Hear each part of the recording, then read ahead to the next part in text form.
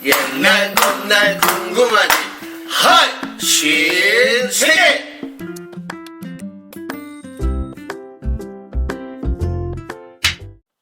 안녕하십니까.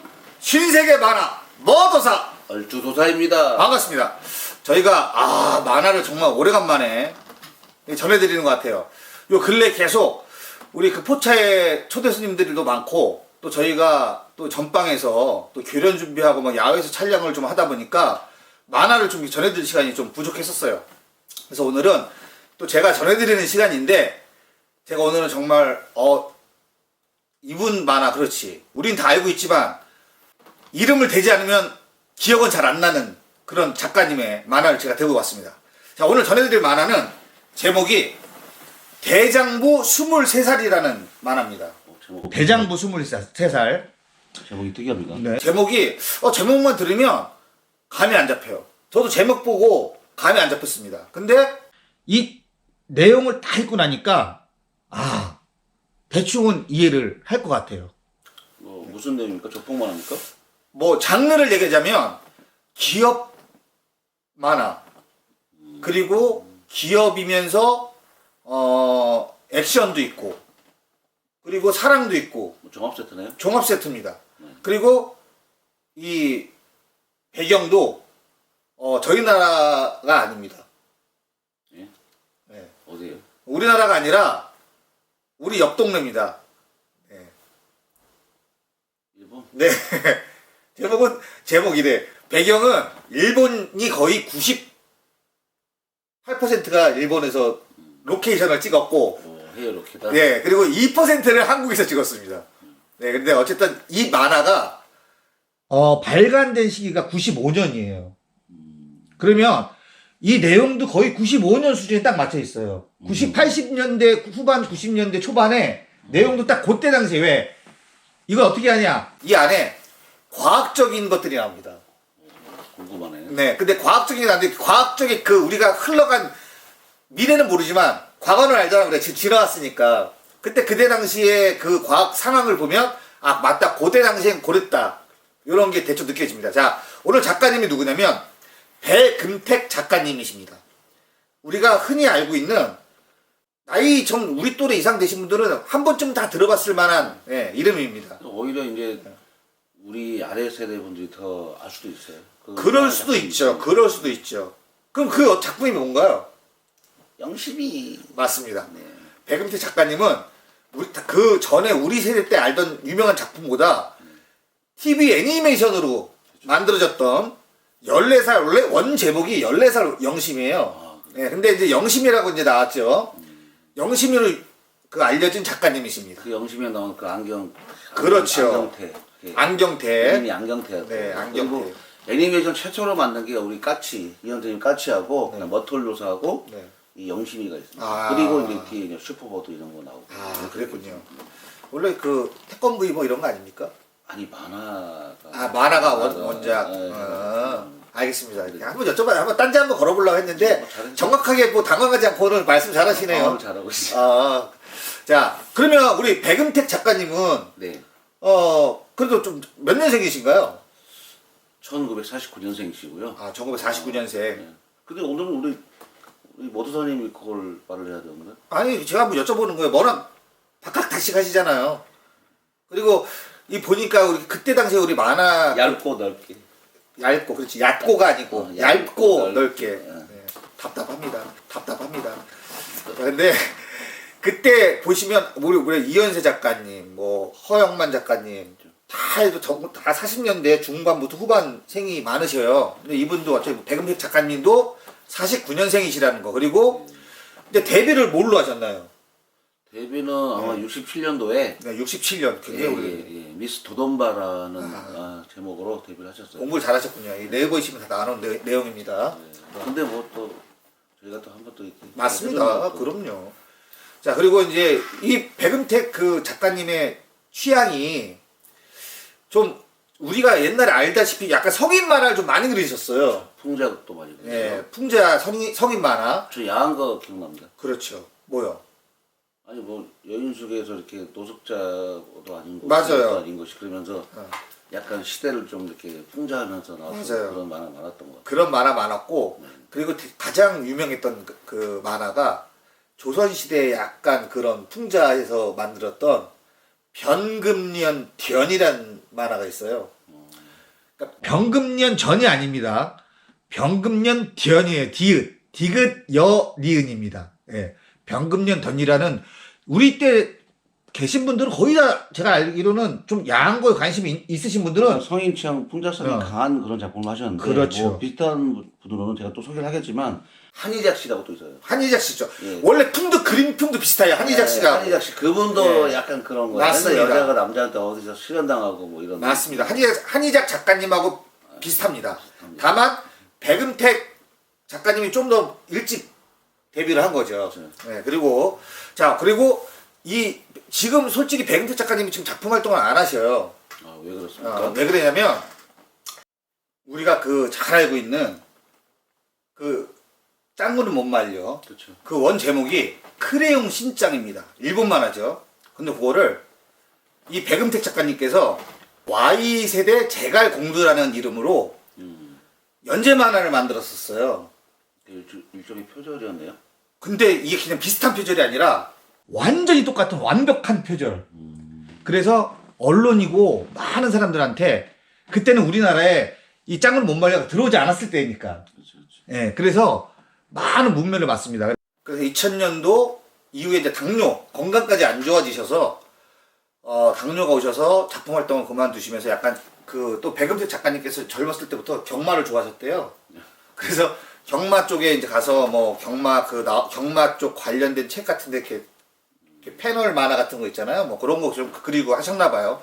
지금 그 이후에 뭐 작품 활동은 지금 현재 뭐 나와 있지는 않더라고요. 네네. 네. 자, 작가님은 이 정도로 하고, 자, 오늘 이제 본격적인, 이 책에 대한, 만화에 대한 얘기를 좀 해볼 건데요. 자, 먼저 표지 한번 보여드리고, 그리고 평상시 제가 아까 말씀드렸듯이, 백음택 작가님 원래 풍이 아닙니다. 네네. 그래서 좀 스럽지 않아요. 제목부터 한번 보여드릴게요.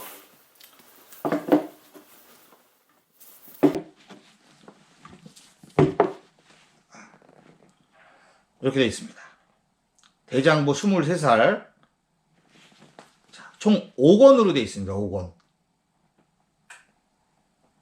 자, 이렇게 되어 있고요. 자, 그리고 그림이 제가 이제 아까 영상에다가 그 전에 병금년 변이라든지 이런 거를 잠깐 이렇게 캡처해서 보셨을 거예요. 그런 풍하고는 완전 다른 풍이에요. 이거는 완전 이렇게 우리가 흔히 알고 있는 정상적인 그런 만화의 풍입니다. 그죠? 자, 내용 한번 얘기해 볼게요. 이제 오늘 만화를 이해하기 위해서 머릿속에 좀 그리셔야 될 게 있어요. 자, 배경이 일본입니다. 네, 아까 말씀드렸죠. 네. 이 장르를 따지자면 뭐 기업 만화도 될 수 있고 액션 만화도 될 수 있고 스포츠 만화도 될 수 있고 멜로 만화도 될 수 있습니다. 근데 이제 이 주인공하고 경쟁하고 있는 상대가 같은 무도인이에요. 무도인인데 일본 친구죠. 뭐 도장 깨기 이런 거. 아니죠. 스승이 달라요. 스승이 다르고 근데 다 잘하겠죠. 그런 입장이고. 자, 근데 이런 사정을 이해하기 전에 먼저 기업에 대해서 좀 알아야 됩니다. 자, 일본에 큰 그 항공 그룹이 2개가 있습니다. 어허.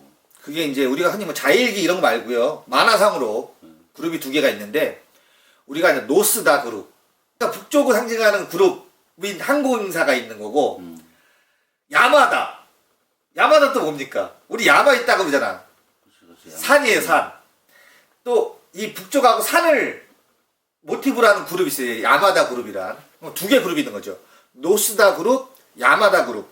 근데 이 그룹이 전부 다 항공 쪽이나 이런 쪽에 관련이 굉장히 많이 있는 거대 기업입니다. 뭐 에어 항공 뭐. 그렇죠. 근데 우리나라가 대한항공인데 대한항공만 있는 게 아니라 그 계열사가 엄청나게 많잖아요. 그래서 이런 그런 그룹이에요. 네. 근데 이제 서로 경쟁 관계에 있는 거죠. 근데 이제 이 노스다 그룹 회장님이 계시고 야마다 그룹 회장님이 계시죠. 제가 왜 말씀드리냐. 이 가족 관계를 좀 알아야 돼요. 노스다 그룹은 회장 밑에 아들이 있고 그 밑에 딸이 하나 있습니다. 네. 그리고 그 아들 이름이 지금 상무로 재직하고 있는 마스다라는 친구예요. 그리고 딸이 마리꼬라는 친구입니다. 그리고 이쪽에 야마다 그룹에는 야스오라는 야스오. 예, 노스다가 아니에요. 야마다 그룹은 야스오라는 외동 아들이 있습니다. 자, 왜 이걸 말씀드렸냐? 요거를 아셔야 이제 지금부터 주인공이 한국계인 이 친구의 이제 그 일대기가 요 사람들로 인해서 꼬여가면서 얽히고 설키고 하면서 본의 아닌 기업 싸움에 휘말리게 됩니다. 그거를 끝까지 해결하는 과정을 그린 만화예요. 자, 주인공은 한국인 김필입니다. 제일 교포도 아니고 아버지가 김춘삼 박사라고 유명한 항공 우주 연구 박사예요. 근데 이 아버지를 따라서 어린 시절을 일본에서 보내게 되는 거죠. 그래서 그냥 뭐 창씨 그러니까 개명한 것도 아니고 이름을 아버지인 박사를 따라갔기 때문에 계속 김필이라는 이름을 쓰면서 그냥 한국인으로 사는 거죠. 외국인인 거죠, 외국인. 잘난 부진 거네요. 그렇죠. 근데 중요한 거는 이 친구는 내가 아무리 그냥 나는 김필 나는 한국 사람이야 해도 일본에서 시각은 뭡니까? 조센쟁이잖아요. 그렇죠. 그러니까 사회적인 그런 분위기 때문에 항상 싸움을 맨날 하고 다니는 거예요. 왜냐면 맨날 이 조센징 이런 버러지만도 못한 이렇게 얘기를 하니 이런 단무지들 이 닭강들 이런 닭강들 이러면서 맨날 싸웁니다. 근데 김필이 어렸을 때부터 했던 운동이 검도입니다. 네. 그러니까 오늘의 그 스포츠는 검도예요. 그러면 이제 김필이 검도를 굉장히 어렸을 때부터 했는데 알잖아요. 주인공은 거의 뭐 무적이라는. 저 100년 한 번 나올까 말까 그런 슈퍼맨. 신동 마블 슈퍼. 네, 근데 빌런들도 싸움 잘하잖아요. 근데 그 주인공한테 안 되는 거잖아. 그 아까 말했던 야마다 그룹의 아들 야스오가 또 일본 검도의 1인자입니다. 자, 근데 이제 그럼 봐요. 김필은 외국인이지만 시합을 못 나가요. 일본 시합에 못 나가, 외국인은. 그래서 김필이 참가하지 않는 모든 대회에서 1등은 야스오겠죠. 자, 야스오가 검도로는 일본에서 거의 우상입니다. 그런데 이 김필의 사부 스승인 겐지라는 일본 스승이 있습니다. 근데 겐지라는 일본 스승은 아까 김필은 100년에 한 번 나올까 말까 한 그런 천재잖아요. 신동인데 겐지는 일본 역사를 통틀어서 한 명 나올까 말까 한 그런 신화적인 인물입니다. 검도로는. 근데 이게 오늘 컨셉이에요. 잘 들으셔야 돼요. 신화적인 인물이에요, 겐지가. 그리고 야스오의 스승은 오다라는 또 사부가 있는데 이분도 굉장히 검도 쪽에서 유명하신 분이에요. 그럼 둘이 쌍벽이겠네. 쌍벽인데 이 오다 이 사람마저도 겐지한테는 한 수를 접고 들어가야 되는. 그냥 겐지하면 오다도 실력은 인정. 다만 나이가 있으니까 이 검도 협회에서 입김이 엄청나게 센 거죠. 근데 다만 겐지는 정말 도를 위해서 무술만 위해서 뭐 사회 국적 인권 이런 거 상관없이 오로지 그냥 무술 잘하고 정신 상태를 보고 제자를 받습니다. 아, 진정한 무도인. 그래, 진정한 무도인인 거죠. 오오다는 나름대로 일본에서 입지를 갖고 활동을 하다 보니 이런 검도 협회에서 입김도 세지고 사회적인 이런 것도 막 이렇게 포지션도 막 이렇게 주락펴락 이렇게 하는 그런 위치에 있는 사람인데 야스오가 그 제자인 거죠. 근데 아까 야스오가 야마다 그룹 후계자라고 그랬잖아요. 외동아들. 근데 야스오는 아버지 이 그룹에 관심이 없습니다. 자기는 검도만 하고 싶은 거야. 자, 이유가 있습니다. 자, 이제 여기서부터 김필하고 이제 엮이는 부분입니다. 아까 김필의 아버지가 김춘삼 박사라고 그랬잖아요. 네네. 이 김춘삼 박사님이 어디 소속이었냐면 노스타 그룹에서 연구를 하던 분이었어요. 연구원이었어요. 네. 그런데 갑자기 이 김필이 어렸을 때 한 고등학생 때 아빠랑 그 노스타 그룹 별장에 갔다가 김춘삼 박사가 죽습니다. 절벽 밑으로 떨어져서. 살해당한 겁니다. 그때는 사고사로 이제 끝났지만 사건은 김필은 이거는 음모다. 살인이다. 느낌으로 딱 알았던 거죠. 근데 이 김춘삼 박사가 이 참 사람 죽기 전에 뭐 어떤 그런 느낌이 있잖아요. 그래서 비밀 문건을 김필한테 주고 죽습니다. 근데 노스다 그룹은 그 비밀 문건을 찾으려고 이제 그 김필을 집도 뒤지고 막 별거 다 할 거 아닙니까? 많은 사람을 고용해서. 네. 자, 그런 와중에 김필하고 어렸을 때부터 정말 친한 친구 여자가 있습니다. 이름이 연지예요, 연지. 자, 그리고 아까 제가 노스다 그룹에 아들, 딸이 있다 그랬잖아요. 네. 마스다랑 마리꼬라고. 그럼 이 마리꼬는 회장 밑에서 그 아버지의 사업을 지금 경영 수업을 지금 받고 있는 상태고, 마리꼬는 그냥 천상 여자입니다. 아주 바른, 이쁘고 아주 바른. 다만 사람들은 그런 큰 그룹에 재벌 딸이니 상속자니 막 사람들은 너무 어려워하지만 이 친구는 재벌이고 뭐고 도랑 상관없이 그냥 자기는 오로지 그냥 사랑을 찾아서 김필만을 바라보고 김필만을 바라보면서 김필만 따라다니고 김필이 맨날 싸우고 저기 경찰서에 유치장에 있으면 가서 빼주고 돈으로 할 수 있는 거 다 해주고 근데 김필은 자기 아버지를 죽인 노스다 그룹의 딸이기 때문에 맨날 쳐냅니다. 이게 좀 뻔한 스토리인데. 뻔한 스토리인데 이게 잘 연결을 잘 시켜야 돼요. 자, 그럼 노스다 그룹의 마스코하고 마리코하고 둘이 저기 남매잖아요. 그렇죠. 근데 마리코는 김필을 좋아하는데 마스코는 그 김춘삼 박사의 문건을 김필이 갖고 있는 걸 알기 때문에 그러니까 마스다. 마스다가 그렇죠. 알기 때문에 마리코를 자꾸 이용해서 김필한테 그 문건을 자꾸 빼오려고. 그래서 그걸 지켜보고 있는 거 아니냐. 조센징한 건 절대 안 돼. 하지만 그 문건을 찾을 때까지 마리코를 이용해서 그냥 가만히 지켜보고 있습니다. 나쁘지 않겠네. 결국은 여기서 봐봐요. 아까 제가 했잖아요. 빌런이 그 야스오하고 김필하고 대립관계인데 얘들은 정말 무도인이에요. 야스오도 되게 멋있습니다. 바르네요, 머리가. 아버지가 뭐 재벌을 물려준다 그래도 필요 없어. 아버지, 저는 제 사랑하는 연지를 위해서 저는 재산 10원도 없어도 연지는 될 거다. 나는 연지와 행복하게 살 거다. 근데 연지도 김필 좋아하고. 연지는 야스오를 좋아하죠. 김필은 연지를 좋아하는데 어렸을 때 친구잖아요. 연지는 야스오를 좋아해요. 그러니까 이게 참 이게 머릿속에 그림을 잘 그려야 돼요. 아 근데 연지가 막 빼주고 그랬다며 김필 사고 치면. 저기 마리꼬가. 마리꼬는 마리꼬 맞네. 마리꼬가 김필을 좋아하고 김필은 연지를 어렸을 때부터 친구지만 연지를 좋아하고 연지도 야스오를 좋아하고. 연지는 야마다 그룹의 아들 야스오를 좋아하고. 이 1, 2, 3, 4가 섞였네. 그렇죠. 근데 야스오도 연지를 굉장히 좋아합니다. 근데 이제 이렇게 봐야 돼. 애정 관계를 어떻게 봐야 되냐면 그룹 간에 이걸로 보면 안 되고 애정 관계는 노스다 그룹의 마리꼬는 김필을 좋아하고 김필은 어렸을 때 친구인 연지를 좋아하고 연지는 야마다 그룹의 아들 야스오를 좋아하고. 콩가루야? 근데 야스오도 중요한 건 일방적 같잖아요. 오는 건 달라요. 오는 건 야스오는 연지를 좋아하지만 연지는 김필을 친구로밖에 생각을 안 하는 거죠. 자, 그리고 김필은 마리꼬를 좋아하지 않잖아요. 원수에 죽인 딸 아니에요. 그렇죠. 옛날 철회입니다.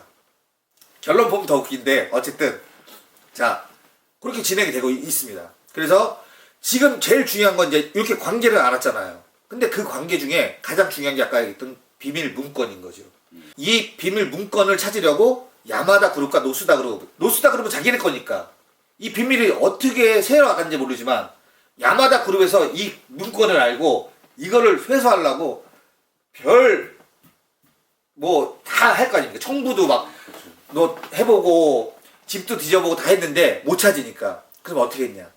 아까 노스다 그룹은 마리코가 김필을 좋아하니까 그 아들이 오빠가 김필하고 친하게 지내는 걸 이렇게 보면서 언젠가 물건을 빼낼 수 있게끔 하려고 했다 그랬잖아요. 그렇죠.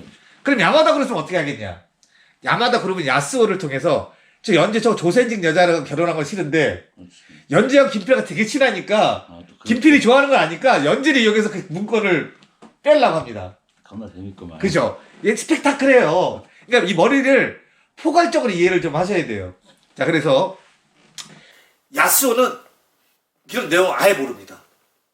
야마다 그룹에서 회장이 연지를 만나서 너 내 며느리로 들어오고 싶으면 너희 아버지하고 너하고 이름을 바꿔라. 이름 바꾸면 우리 그룹에 며느리로서 들어올 수 있다. 그 대신 며느리로서 가족이 되려면 좋은 일을 하나 해야 되지 않겠냐. 김필의 그러니까 상업 스파이 해라 그잖아. 그거죠. 스파이가 돼서 김필의 그 비밀 문건을 가져와라 이거죠. 가져오면 너는 그냥 무조건 며느리가. 며느리다. 하지만 속마음은 야마다 그러면 며느리 갖고 오는 순간에 며느리고 뭐고 간에 조선인이 안 되는 거야 무조건. 그냥 아웃인데 이 야쏘는 그걸 몰라요. 야쏘는 무슨 만약에 그걸 야쏘가 알았다면 여기 성격상 연지야 하지마 그러면 없을 때 아버지 무슨 말 내 사랑하는 여자한테 무슨 말 하십니까? 이름을 왜 갑니까? 진짜 야쏘 같아. 이름을 왜 갑니까? 이름을 왜 바꾸라고 합니까? 한국 사람이 한국 이름을 갖고 있는 건데 이런 스타일이에요. 되게 멋있죠. 그리고 김필 그 마리코는 이런 내용을 아예 모르잖아요. 모르고 있는데 마스다가 막 이 김필이 마리코를 자꾸 밀어내니까 마스다가 어떻게 하냐? 김필의 가장 친한 친구가 있습니다. 장형설이라는 유도 선수입니다. 또 백두산 같은 존재. 그렇죠. 근데 겁나 잘합니다. 다 잘하는 거야. 그래서 다 잘해. 다 잘해야지 얘기가 되지. 뭐 어떻게 근데 그래서 이 장형설한테 키를 걔가 숨겨놓은 그 금고의 키를 갖고 오라고 시켜서 이 장형설이 그거를 선택을 할 수밖에 없는 이유가 있었습니다. 그거를 그렇게 할 수밖에 없었던 이유. 장형설도 마리코가 김필을 좋아하는데 김필이 자꾸 마리코를 내치는 걸 알고 있어요. 장형설은 마리코가 너무 좋은 거야. 그냥 다 도둑놈이네. 그렇지. 마리코를 얻기 위해서 야 솔직히 너는 네가 그거 문건만 갖고 오면 마리코하고 너 해서 연결시켜 줄게. 이렇게 꼬십니다. 그래서 장형설이 아주 친한 그 김필을 배신을 하는 거죠. 그래서 문건을 갖다 주는데 문건이 가짜 문건입니다. 그리고 그걸 중간에 또 뒤통수를 장형설을 또 갖고 나오는 거 머리를 또 때려갖고 야마다 그룹에 갖고 왔는데 그것도 가짜 문건입니다. 이거를 김필은 다 알고 있었습니다. 다 알고 자기한테 여태까지 상황 보니 이쪽 그룹에서 지금 뭐 마리코한테도 그러지 연지한테도 그러지 하니 얘한테도 들어오겠다 생각해서 준비를 하고 있었던 거죠. 그래서 겐지 아까 그 사부한테 사부님 제 친구 이렇게 할 것이니까 제 친구를 좀 지켜주십시오. 그러니까 이제 노스다 그룹에서 장형철을 제거하려고 킬러를 보냅니다. 그래서 막 장형철이 막 뒤지게 맞고 유도를 해도 아무리 잘해도 안 돼. 떼거지를 총이 아니라 그냥 사운드도 맞아요. 사람이 워낙 많으니까 또 다구리니까. 그래서 막 쓰러져 있는데 눈을 딱 뜨니까 겐지가 딱 옆에 있습니다. 어떻게 된 일입니까? 이 한심하고 멍청한 놈아. 너는 그래서 아직까지 너는 멀은 거야. 피리는 이거를 다 알고 있었어. 그래서 나한테 부탁을 하고 왔다. 그러니까 장형설이 막 울면서 진짜 미안하고 막 생각 다 들을 거 아니에요. 그러니까 미안하고 막 이럴 때 모든 일을 끝내고 신경 쓰지 말고 몸 잘 추스려라. 나는 한국 가야 될 일이 있으니 한국을 좀 갔다 올게. 그게 아까 얘기했잖아. 98% 로케이션이 일본인데 2% 한국에서 이제 벌어지는 장면이 2%랍니다. 자, 빨리. 네. 그래서 한국에 딱 왔을 때 처음 만난 그 그룹이 금우 그룹입니다. 금호 그룹 아니? 금호가 아니고 금우. 네. 그 한국의 뭐 지금의 삼성 같은 그런 그룹이에요. 항공사도 하고 있지만 뭐 반도체부터 뭐 항공산업, 뭐 위성산업 이런 거 다 하는 건데 그 비밀 문건이 이제 거기서 나옵니다. 어떤 내용이냐? 자, 저희가 편의점에 가면 간편하게 먹을 수 있는 걸 뭐라 그러죠? 인스턴트 음식. 그렇죠. 인스턴트 음식이잖아요. 자, 이 프로젝트 이름이 인스턴트 위성입니다. 뭐냐? 우리가 한번 위성을 발사하려면 돈이 어마어마하게 들잖아요. 그렇죠. 근데 이거를 그냥 인스턴트 같이 간단하게 써와서 그냥 한국에서 미국 갈 비행기 그 유지 비용만 들면 위성 하나를 쏠 수가 있는 그런 그러니까 완전 획기적인 거죠. 그러니까 지금 95년이면 지금 한 7, 8년 됐는데도 지금도 안 되는 기술인데 95년도에 이런 상상을 한 거죠. 그러니까 그래서 그 기술을 금호그룹한테 갖다 줍니다. 김필이 한국에서 딱 그러고 일본에 들어와서 모든 정황이 담긴 거를 언론사에 풉니다. 그래서 노스다그로 마스다도 살인 교사 혐의, 협박 이걸로 들어가게 되고 노스다그로 회장은 자기 아들의 이런 죄 때문에 회장직에서 사퇴하고 물러나고 자 그럼 야마다 그룹은 어떻게 되냐? 야마다 그룹은 얽혀있는 게 많은데 뭐 특별하게 뭐 사람을 죽이거나 이러지 않았단 말이죠. 징계만 먹고 끝납니다. 근데 중요한 건 야스오가 있잖아 아들. 자 아들 야스오는 그 집에서 아예 나옵니다. 재벌 그 가에서 나와서 연지하고 아주 시골 단칸방 연지가 살고 있는 거기 집에 자기 집을 갖고 와서 같이 신혼방을 차립니다. 연지가 그렇게 좋은 거군요. 서로 좋아하는 거죠. 이게 진짜 결론이니까 그러니까 행복한 해피엔딩이에요. 근데 이게 제가 이제 이 만화를 읽으면서 느낀 게 한 가지 있어요. 대부분의 일본을 배경으로 한 만화는 일본인들을 좀 약간 이렇게 좀 얍삽하거나 좀 간사하거나 비열하게는 뭐 이기적이거나 이렇게 표현하는데 이 만화는 그렇지 않습니다. 이 만화는 정말 개인적으로 아는 분들을 너무 진짜로 다 의리 있고 그리고 소신 있고 그렇게 표현을 했어요. 다만 기업에 있는 기업을 하는 사람들이 기업 이득을 위해서 그러니까 무도인들은 정도를 그렇죠. 걸었고. 무도인들은 정도를 걸었고 거기에 어떻게 보면 사무라이 정신도 있어요. 그래서 이게 제목이 대장부구나. 그러니까 그 네. 남자들이 되게 대장부스럽게. 그렇죠. 그러니까 대충 이해는 가요. 근데 여기서 이제 그 말이 나와요.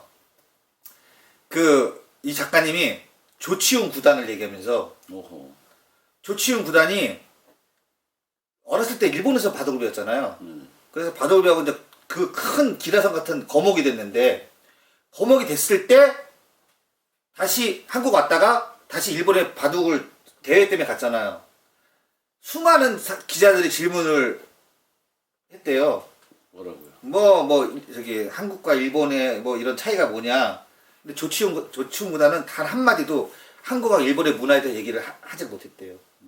왜냐면 일본 사람들은 일본에서 조금만 안 좋은 얘기를 하면 그게 얼마나 파급 효과가 커질지를 알고 있기 때문에 안 했다. 근데 그런 거예요. 그러니까 일본 사람 다 그런 건 아니라는 얘기지. 결국은 이 작가님 말씀하시는 거는 어쨌든 제가 봤을 때는 좀 이렇게 백음택 작가님스럽지 않은 그런 만화였습니다.